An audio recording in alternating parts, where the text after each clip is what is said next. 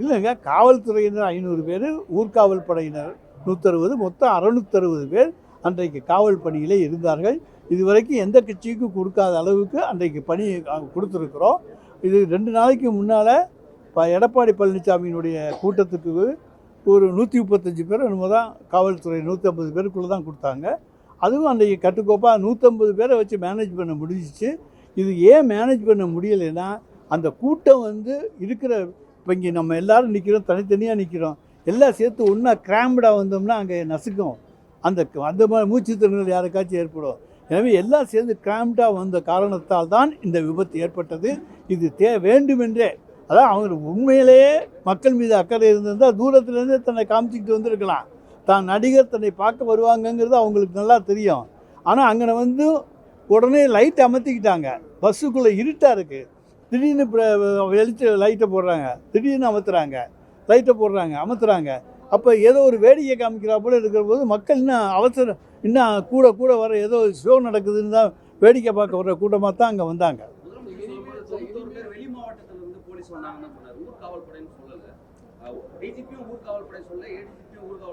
ஊர்காவல் படையும் வந்தாங்க. வெளி மாவட்டத்திலேருந்து எப்போதுமே இப்போ காலை அந்த 500 பேரில் வெளி மாவட்டத்தில் எப்போதுமே ஒரு சம்பவம் நடக்கிற பொழுது கரூர் மாவட்டத்தில் நடந்தால் பக்கத்தில் திருச்சியிலேருந்தோ திண்டுக்கல்லேருந்து வருவாங்க. அதனால் அதையெல்லாம் அவங்க சேர்த்துருக்காங்க.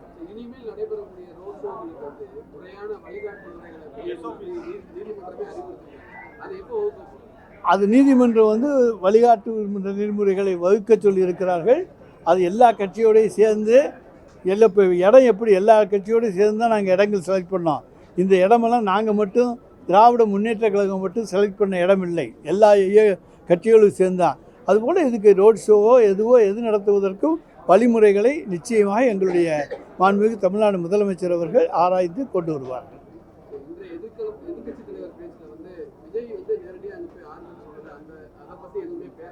ஆமாம்,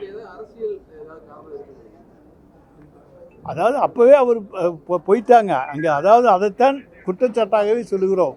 ஒரு சம்பவம் நடந்தால் எனக்கு மனசு வருத்தப்படும். ஆகா, என்னால் இந்த சம்பவம் நடந்து போச்சுன்னு உடனடியாக நான் அந்த இடத்துல போய் அவங்களுக்கு ஆறுதல் சொல்லத்தான் நினைப்பேனே தவிர என்னை காப்பாற்றிக்க நான் நினைக்க மாட்டேன். அப்படிப்பட்டவங்க அரசியல் தலைவர்களாக இருக்க முடியாது.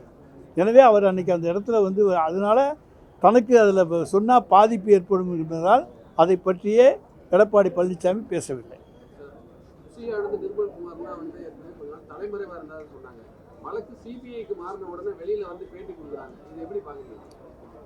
நீங்களே தான் சொல்கிறீங்களே, வழக்கு சிபிஐக்கு மாறி இருக்கிறது, அதனால் இன்றைக்கு பேட்டி கொடுக்கிறார்கள் என்று.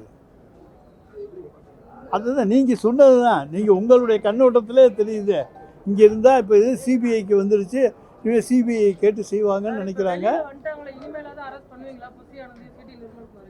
சார், சட்டப்படி என்ன செய்யணுமோ அதை அந்த காவல்துறை செய்யும். சார், இப்போ எதிர்கட்சி தலைவர் பேசும்போது அருணா ஜெகதீஷன் தனி விமானத்தில் வந்தாங்க, அதே போல் அவங்களுக்கு குடியுரிமை போடலை அப்படின்னு சார் பதிலளிச்சார். அதுக்கு தொடர்ந்து சார் அருணா ஜெகதீஷன் தனி விமானத்திலே வரலை, அதைத்தான் முதலமைச்சர் சொன்னார். எதிர்கட்சி தலைவர் தான் தனி விமானத்தில் வந்தாங்கன்னு சொன்னார்.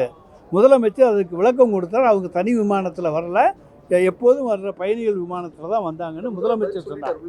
ஆமாம், தவறான கருத்துக்களை எதிர்கட்சி தலைவர் பதிவு பண்ணுறாருங்களா? ஆமாம், எல்லாமே எதிர்கட்சி தலைவர் இதில் முரண்பாடான கருத்துக்களை பதிவு செய்து நான் எல்லாம் இப்படியே சொல்லியிருக்கேன்னு சொல்கிறதுக்காக, சட்டமன்றத்திலேயே நான் பேசியிருக்கிறேன் என்று சொல்வதற்காக இன்றைக்கு முழுக்க பொய்யாவே பேசியிருக்கிறார் பொய்ப்பாடி பழனிசாமி அப்படின்னு வச்சுக்கலாம்.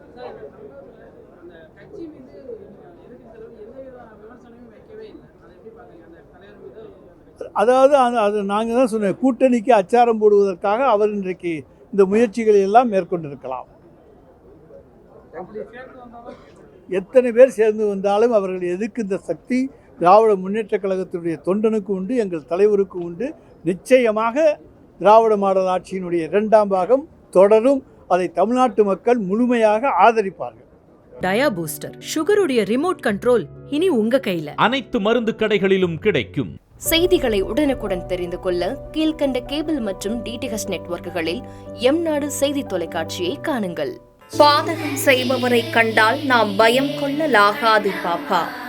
மோதி மிதித்து விடு பாப்பா, அவர் முகத்தில் உமிழ்ந்து விடு பாப்பா. அண்மை செய்திகளை உடனுக்குடன் தெரிந்து கொள்ள இணைந்திருங்கள் எம்நாடு தொலைக்காட்சியுடன்.